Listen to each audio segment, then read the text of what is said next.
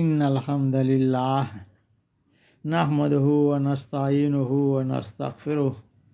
ونعوذ بالله من شرور أنفسنا ومن سيئات أعمالنا من يهده الله فلا مضل له ومن يضلل فلا هادي له وأشهد أن لا إله إلا الله وحده لا شريك له وأشهد أن محمدا عبده ورسوله اعوذ باللہ من الشیطان الرجیم بسم اللہ الرحمن الرحیم یا ایہا الذین آمنوا اتقوا اللہ حق تقاتہ ولا تموتن الا وانتم مسلمون یا ایہا الذین آمنوا اتقوا اللہ وقولوا قولا سدیدا یصلح لکم اعمالکم ویغفر لکم ذنوبکم ومن يطع الله ورسوله فقد فاز فوزا عظيما أما بعد فإن خير الحديث كتاب الله وخير الهدي هدي محمد صلى الله عليه وسلم وشر الأمور محدثاتها وكل محدثة بدعة وكل بدعة ضلالة وكل ضلالة في النار اعوذ باللہ السمیع العلیم من الشیطان الرجیم بسم اللہ الرحمن الرحیم وَإِن تُطِیعُوهُ تَهْتَدُوا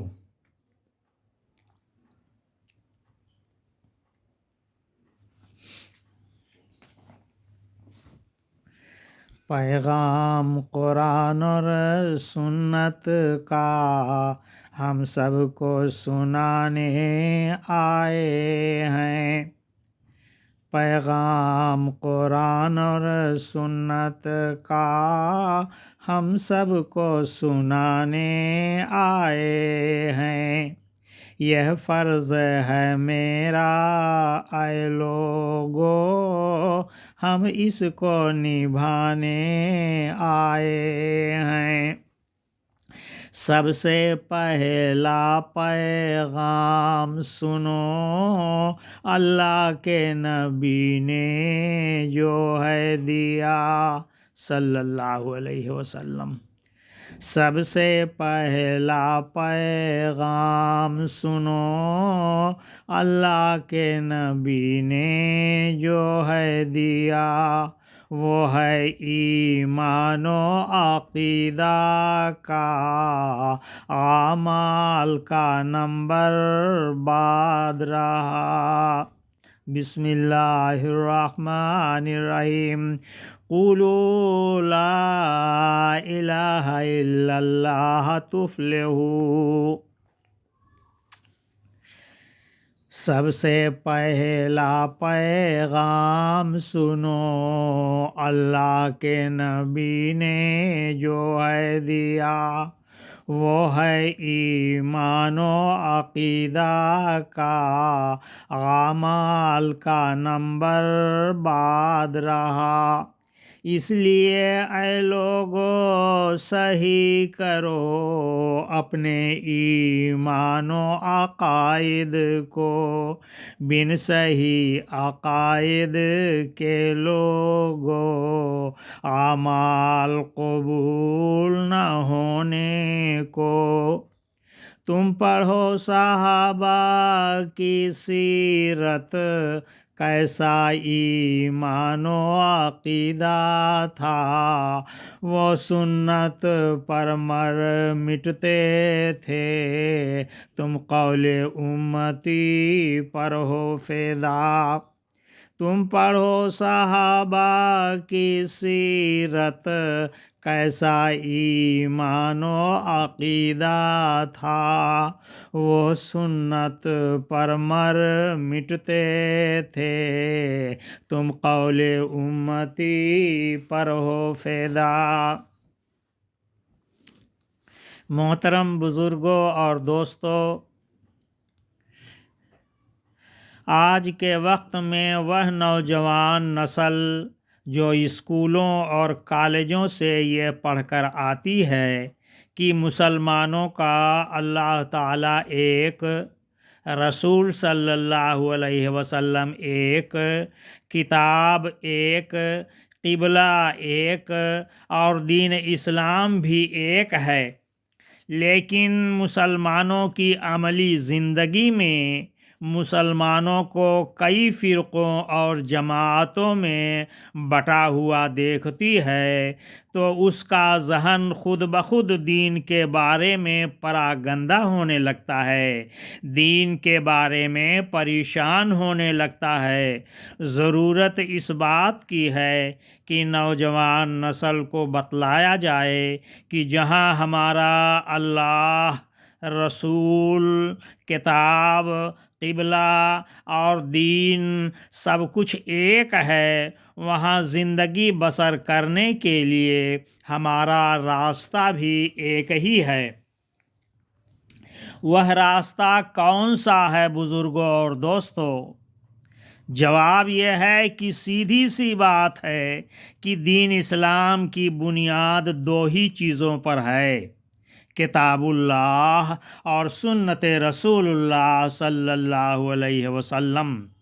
رسول اکرم صلی اللہ علیہ وسلم کی وفات مبارک سے پہلے دین کے حوالے سے ہمیں جو کچھ بھی ملتا ہے اس پر ایمان لانا اور عمل کرنا تمام امت مسلمہ پر فرض ہے، اور اس سے کسی قسم کا اختلاف کرنے کی قطعاً کوئی گنجائش باقی نہیں ہے۔ جبکہ رسول اللہ صلی اللہ علیہ وسلم کی وفات مبارک کے بعد دین کے نام سے جو کچھ اضافہ کیا گیا ہے اس پر ایمان لانا اور اس پر عمل کرنا امت مسلمہ پر فرض نہیں ہے۔ غور فرمائیے آپ حضرات کہ جو شخص حنبلی فقہ پر عمل کرتا ہے باقی تین فقہوں کو چھوڑ کر کے باوجود اس کے ایمان میں کوئی فرق نہیں پڑتا، اسی طرح جو شخص فقہ حنفیہ پر عمل کرتا ہے وہ باقی تین فقہوں پر عمل نہ کر کے بھی اسی درجے کا مسلمان ہے جس درجے کا کوئی بھی دوسرا مسلمان ہو سکتا ہے۔ امت محمدیہ صلی اللہ علیہ وسلم کے افضل ترین افراد یعنی صحابہ کرام رضوان اللہ علیہم اجمعین چاروں فقہوں میں سے کسی ایک فقہ پر عمل نہیں کرتے تھے، بلکہ انہی کے بارے میں رسول اکرم صلی اللہ علیہ وسلم کا ارشاد مبارک ہے جس کا اردو میں مفہوم یہ ہے کہ صحابہ کرام رضی اللہ عنہم کا زمانہ سب سے بہتر زمانہ ہے۔ مسلم شریف۔ ان ہماری گفتگو کا خلاصہ یہ ہے کہ کتاب اللہ یعنی قرآن مجید کے بعد ساری ملت اسلامیہ کی مشترکہ میراث اور تمام مسلمانوں کے ایمان و عمل کا مرکز اور محور صرف ایک ہی چیز ہے، اور وہ ہے سنت رسول اللہ صلی اللہ علیہ وسلم۔ چاہے وہ سنت رسول اللہ صلی اللہ علیہ وسلم امام ابو حنیفہ رحمۃ اللہ علیہ کے ذریعے سے ہم تک پہنچے، یا امام مالک رحمۃ اللہ علیہ کے ذریعے سے پہنچے، یا امام شافعی رحمۃ اللہ علیہ کے ذریعے سے پہنچے، یا امام احمد بن حنبل امام بن حنبل رحمۃ اللہ علیہ کے ذریعے سے ہمارے پاس پہنچے، یا کسی بھی دوسرے امام کے ذریعے سے ہم تک پہنچے۔ گروہ بندی اور فرقہ واریت کی بنیاد اس وقت پڑتی ہے جب سنت رسول صلی اللہ علیہ وسلم کا علم ہو جانے کے بعد محض اس لیے اس پر عمل نہ کیا جائے کہ ہمارے مسلک اور ہماری فقہ میں ایسا نہیں ہے۔ حقیقت یہ ہے کہ دین میں یہ طرز عمل ساری خرابیوں اور فتنوں کا جڑ ہے۔ سبھی ائمہ کرام رحمہم اللہ نے مسلمانوں کو اس بات کا حکم دیا ہے کہ سنت صحیحہ سامنے آ جانے کے بعد ان کے اقوال اور آرا کو بالکل ترک کر دیا جائے، چھوڑ دیا جائے۔ اور حضرت امام ابو حنیفہ رحمہ اللہ نے تو یہاں تک فرمایا ہے کہ دین میں سنت رسول کے علاوہ سب کچھ گمراہی اور فساد ہے۔ اگر ہم واقعی خلوص دل سے امام ابو حنیفہ رحمۃ اللہ علیہ کے مقلد ہیں تو ہمیں صدق دل سے ان کی تعلیمات پر عمل پیرا ہونا چاہیے۔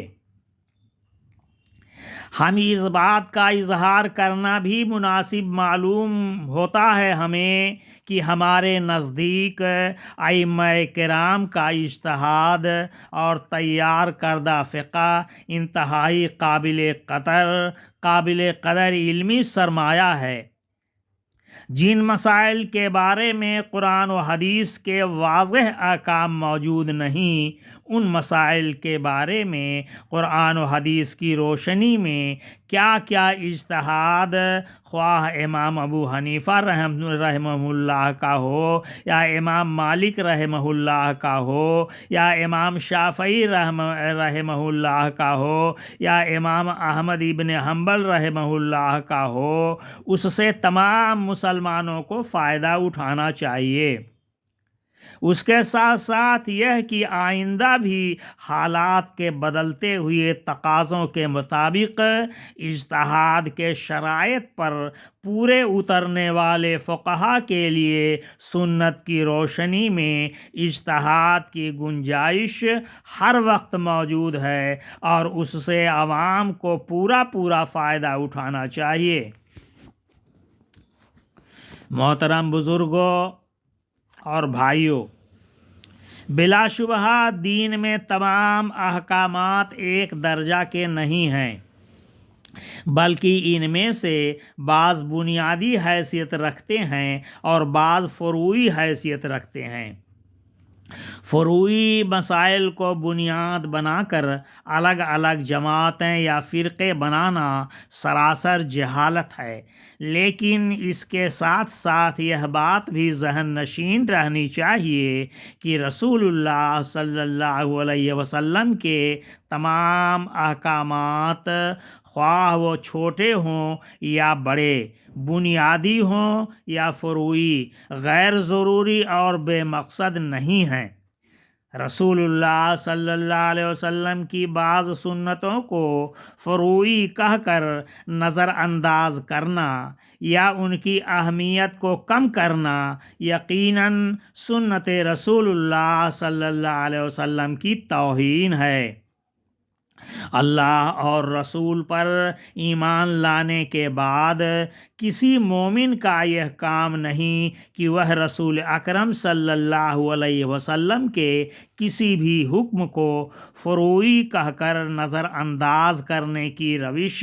اختیار کرے یا ضروری اور غیر ضروری کی تقسیم کرے، جس پر چاہے عمل کرے اور جسے چاہے چھوڑ دے۔ شریعت میں تمام سنتوں پر بیک وقت عمل کرنا مطلوب ہے۔ جو شخص کم درجہ کی سنتوں کی پابندی نہیں کر سکتا، وہ بڑے درجے کی سنتوں پر عمل کیسے کر سکتا ہے؟ محترم بزرگوں اور بھائیوں، حضور اکرم صلی اللہ علیہ وسلم سے محبت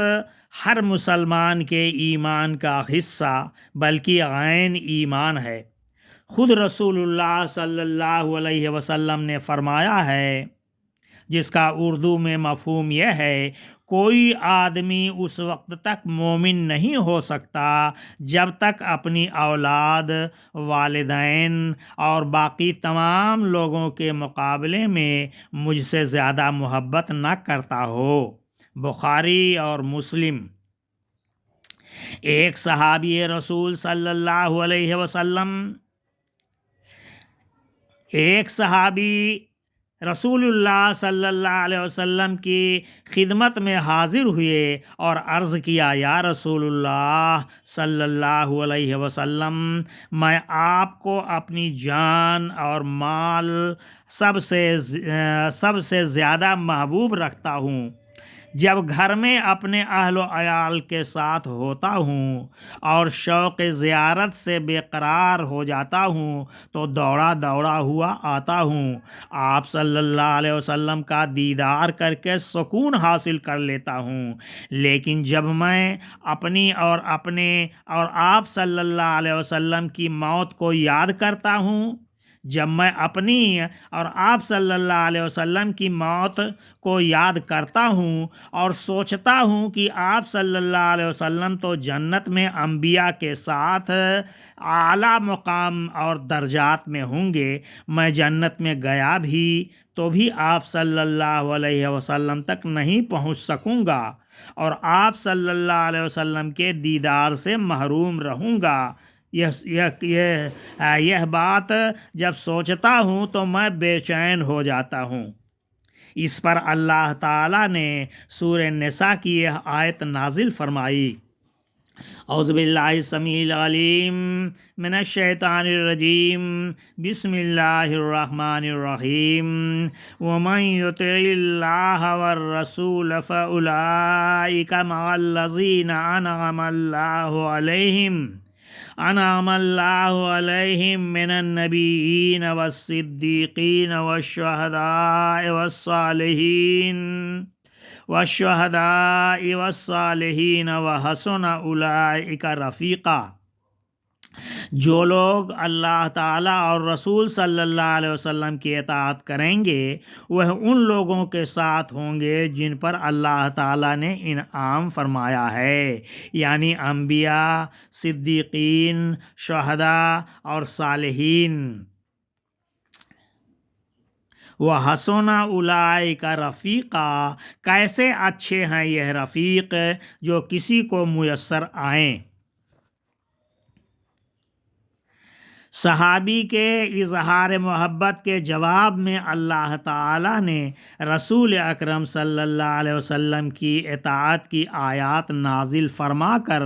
یہ بات واضح فرما دی کہ اگر تمہاری محبت سچی ہے اور تم اپنے نبی صلی اللہ علیہ وسلم کی مستقل رفاقت حاصل کرنا چاہتے ہو تو اس کا طریقہ صرف یہ ہے کہ رسول اللہ صلی اللہ علیہ وسلم کی اطاعت اور فرما برداری اختیار کرو۔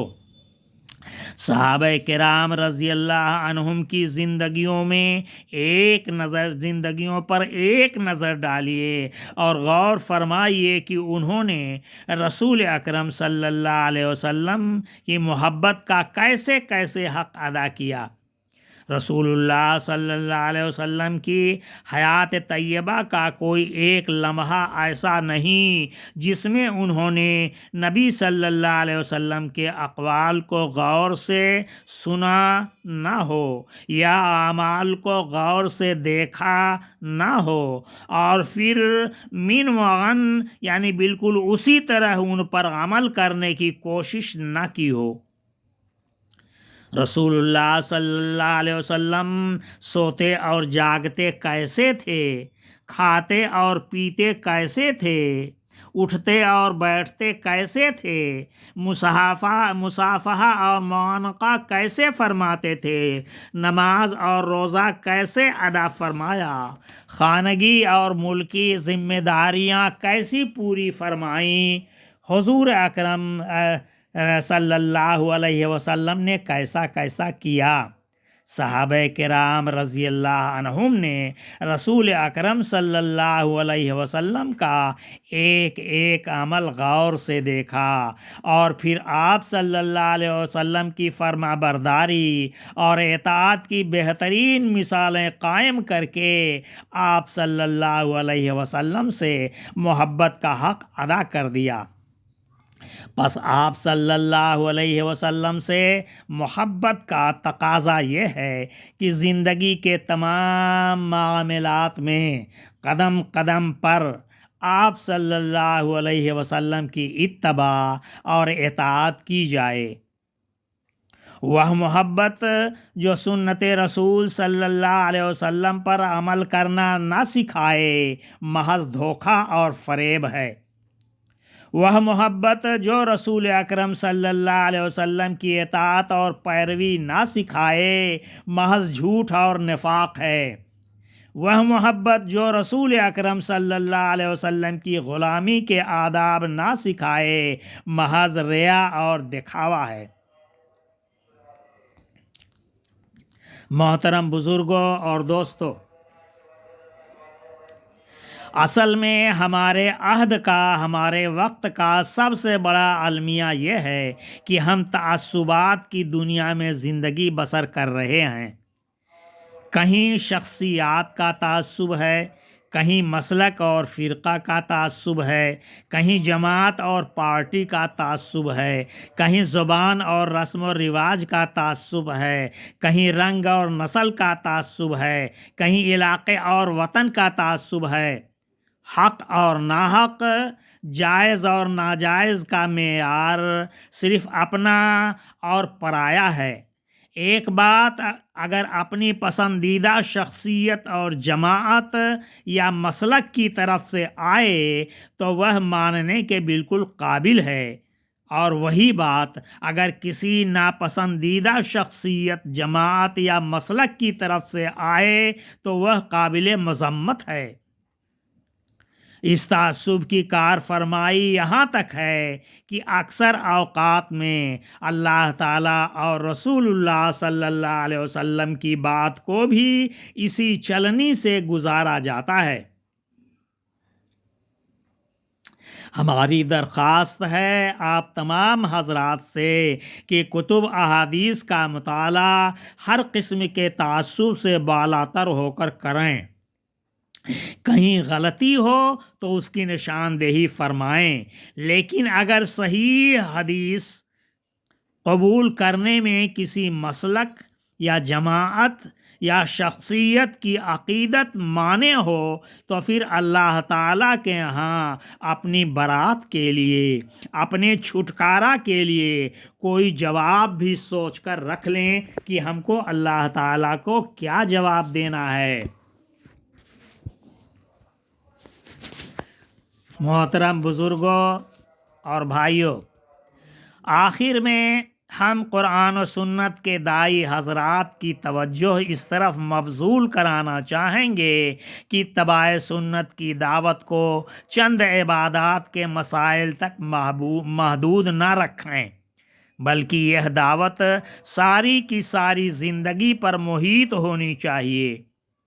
نماز کی ادائیگی میں جس طرح اتباع سنت مطلوب ہے، جس طرح سنت کی اتباع کرنا ہے، اسی طرح اخلاق اور کردار میں بھی اتباع سنت مطلوب ہے۔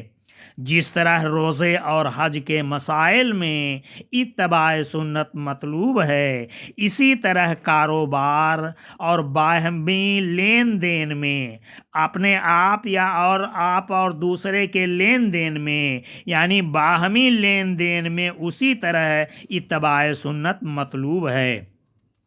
جس طرح ایصال ثواب اور زیارت قبور کے مسائل میں اتباع سنت مطلوب ہے، اسی طرح منکرات کے خلاف جہاد میں بھی اتباع سنت مطلوب ہے۔ اسی طرح جس طرح حقوق اللہ کی ادائیگی میں اتباع سنت مطلوب ہے، اسی طرح میرے محترم بزرگوں اور بھائیوں، اسی طرح حقوق العباد کی ادائیگی میں بھی اتباع سنت مطلوب ہے۔ بہرحال اپنی پوری کی پوری زندگی میں، چاہے وہ انفرادی ہو یا اجتماعی ہو، مسجد کے اندر ہو یا مسجد سے باہر ہو، بیوی اور بچوں کے ساتھ ہو یا دوست احباب کے ساتھ ہو، ہر وقت ہر جگہ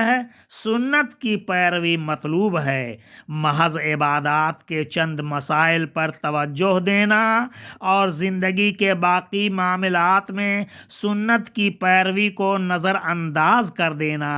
کسی طرح بھی پسندیدہ نہیں کہلا سکتا۔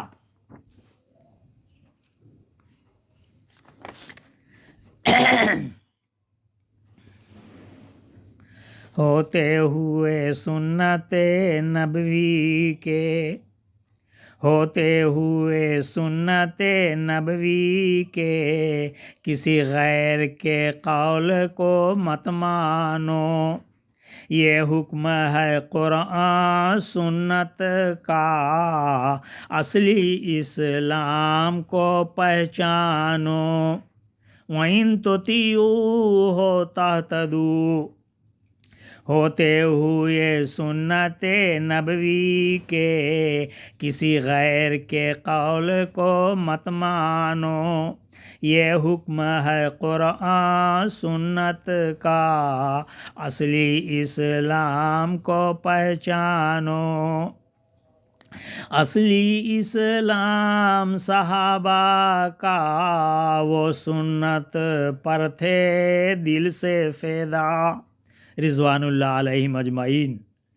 اصلی اسلام صحابہ کا، وہ سنت پر تھے دل سے فیدا، گھر بار مال و اولاد سبھی کو سنت پر قربان کیا، سنت قولی سنت فعلی سنت تقریری ہیں لوگو، سنت قولی سنت فعلی سنت تقریری ہیں یارو، اعمال و عقیدہ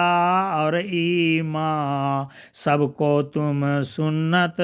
پر تولو، زندگی ہمارے پیارے نبی کی اسوہ حسنہ ہے لوگو، لقد کان لکم فی رسول اللہ اسوۃ حسنہ صلی اللہ علیہ وسلم، زندگی ہمارے پیارے نبی کی اسوہ حسنہ ہے لوگو،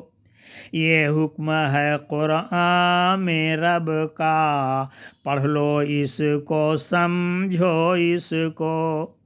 گر مان لیا اور عمل کیا اصلی مسلم ہو جاؤ گے،